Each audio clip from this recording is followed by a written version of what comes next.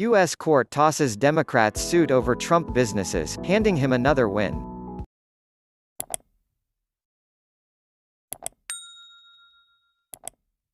Washington, a federal appeals court on Friday threw out a lawsuit brought by Democratic lawmakers that accused Donald Trump of violating anti-corruption provisions in the U.S. Constitution with his business dealings, capping a week of political victories for the Republican president. A unanimous three-judge panel of the U.S. Court of Appeals for the District of Columbia Circuit ruled that the more than 210 House of Representatives and Senate Democrats lacked the required legal standing to bring the case, reversing a lower court judge's decision that had allowed the case to proceed. 2 days after being acquitted by the Senate in his impeachment trial, Trump hailed the ruling as a total win, telling reporters that it was another phony case.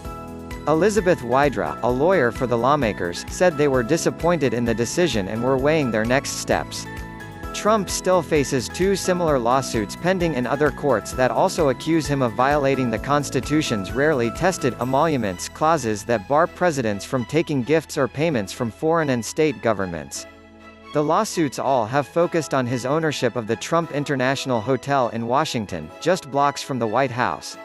The hotel, opened by Trump shortly before he was elected in 2016, has become a favored lodging and event space for some foreign and state officials visiting Washington. The ruling came during a week of positives for Trump as he seeks re-election on November 3.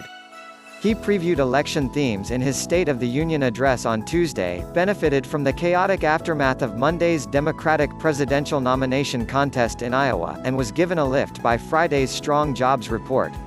Reuters Ipsos polling shows that Trump's approval rating has been largely unchanged by impeachment, with 42% of Americans approving of his performance as president. Unlike past presidents, Trump, a wealthy real estate developer turned politician, has retained ownership of his business interests while serving in the White House. The emoluments lawsuits have accused him of making himself vulnerable to bribery by foreign governments. In the case dismissed on Friday, the appeals court decided that it was bound by Supreme Court rulings that have limited the ability of individual members of Congress to litigate questions that affect the legislative branch as a whole. The Democratic lawmakers can, and likely will, continue to use their weighty voices to make their case to the American people, their colleagues in the Congress and the President himself, the three-judge panel wrote. But we will not, indeed we cannot, participate in this debate. One of the 2 other emoluments lawsuits against Trump, brought by the Democratic Attorneys General for the District of Columbia and Maryland, is awaiting a ruling by the Richmond, Virginia-based 4th U.S. Circuit Court of Appeals. The New York-based 2nd U.S. Circuit Court of Appeals last year revived the other emoluments lawsuit, which was brought by a public interest advocacy group, Citizens for Responsibility and Ethics in Washington.